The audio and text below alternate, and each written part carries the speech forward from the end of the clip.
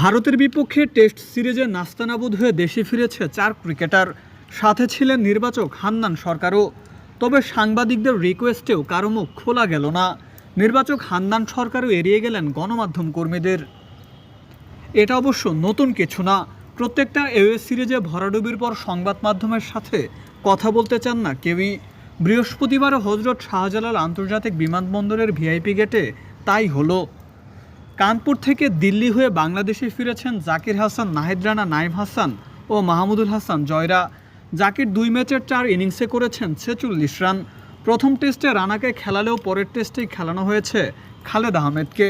নাইম ও জয়ের সুযোগ হয়নি একটা ম্যাচের একাদশেও। জানা গেছে মুশফিক, মুমিনুল, সাদমানরা গেছেন ভারতের ব্যাট কোম্পানিগুলোতে, ব্যাটের স্পন্সর প্রতিষ্ঠানে আর কি।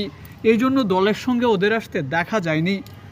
পাকিস্তানকে ওদের মাটিতে হোয়াইট ওয়াশের পর সবাই ভেবেছিলেন সাদা পোশাকে নতুন বাংলাদেশের যাত্রা শুরু হলো। কিন্তু ভারতে গিয়ে যেন আগের চেনারূপে ফিরল শান্তর বাংলাদেশ। ঘরের মাঠে দক্ষিণ আফ্রিকার বিপক্ষে আবার ঘুরে দাঁড়াক। Mokaddes Hossain, daily cricket. কথা বলেন, দেন মোবাইল দেন।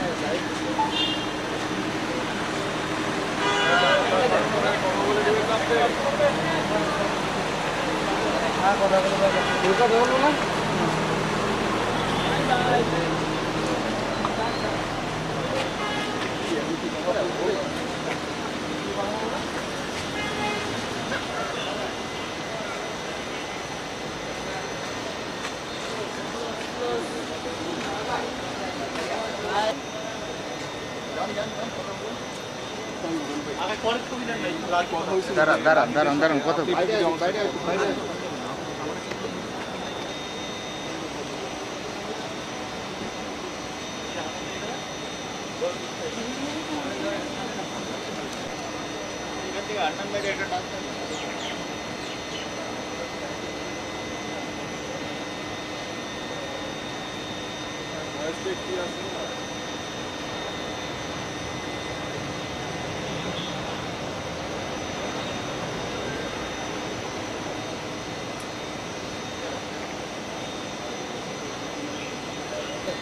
সামনে